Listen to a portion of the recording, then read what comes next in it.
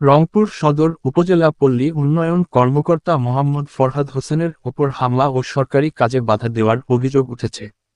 এ ঘটনায় তিনি রংপুর মেট্রোপলিটন পুলিশের কোতোয়ালি থানায় একটি লিখিত অভিযোগ দায়ের করেছেন। মুন্না বাবুর ক্যামেরায় ডেস্ক রিপোর্ট। রংপুর সদর উপজেলা পল্লী উন্নয়ন কর্মকর্তা মোহাম্মদ ফরহাদ হোসেনের ওপর হামলা ও সরকারি কাজে বাধা দেওয়ার অভিযোগ উঠেছে। এ ঘটনায় তিনি রংপুর মেট্রোপলিটন পুলিশের কোতোয়ালি থানায় একটি লিখিত অভিযোগ দায়ের করেছেন। আমার নাম মোহাম্মদ ফরহাদ হোসেন। আমি উপজেলা পল্লী উন্নয়ন কর্মকর্তা হিসেবে রংপুর সদর উপজেলায় কর্মরত আছি এবং প্রশাসক মোমিনপুর ইউনিয়নের দায়িত্বে আছি। আমাকে আসলে অতর্কিতভাবে আগামীকাল দুপুর 12টার দিকে তিনজন আমার রুমে এসে ঢুকে দরজা বন্ধ করে দিয়ে তারা আমাকে বলে যে এই তুই মোমিনপুরের প্রশাসক বলে এই কথা বলে আমি তাদেরকে বলি যে কী বিষয়ে বলেন, কিন্তু তারা বলার আগেই তারা আমার উপর চড়াও হয়ে ওঠে এবং গালাগালি শুরু করে এবং এক পর্যায়ে আমাকে শারীরিকভাবে আমার গায়ে হাত তোলে এবং মারধর করে। এটা ছিল লাল নামে লাল বাবু আর কি। সে জি, আমি থানায় অভিযোগ করেছি। এখন আমি এটা ন্যায় বিচার চাচ্ছি। যে অপরাধী যে অপরাধ করে সে এখন যেই হোক, সে অপরাধ করলে অপরাধের শাস্তি পাবে, এটাই হলো আমার চাওয়া। আর আমি যেহেতু একজন সরকারি কর্মকর্তা আমি কর্মরত অবস্থায় আমার উপরে তারা অ্যাটাক করছে এবং এটা আমার বিশ্বাস যে এটা পূর্বপরিকল্পিতভাবে তারা এই ঘটনাটা ঘটিয়েছে। না, তার সঙ্গে আমার কোনো শত্রুতা ছিল না, কিন্তু তার পিছনে ইন্ধনদাতা আছে আর কি।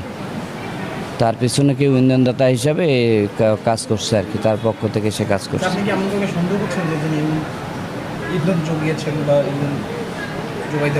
হ্যাঁ, এই ধরনের থাকতে পারে আর কি।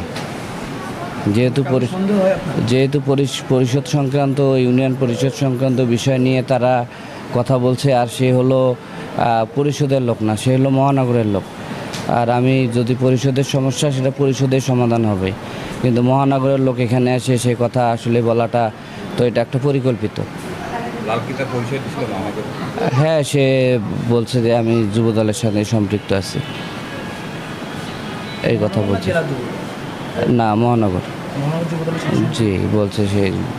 অভিযোগ সূত্রে জানা যায়, গত 16 জুন দুপুরে রংপুর সদর উপজেলা পরিষদের নিজ কার্যালয়ে দায়িত্ব পালনকালে কেল্লাবন্দ সিও বাজার এলাকার মৃত আব্দুল মান্নানের ছেলে মোহাম্মদ লাল বাবু 45 সহ অজ্ঞাত আরও 2 ব্যক্তি তার অফিস কক্ষে প্রবেশ করেন।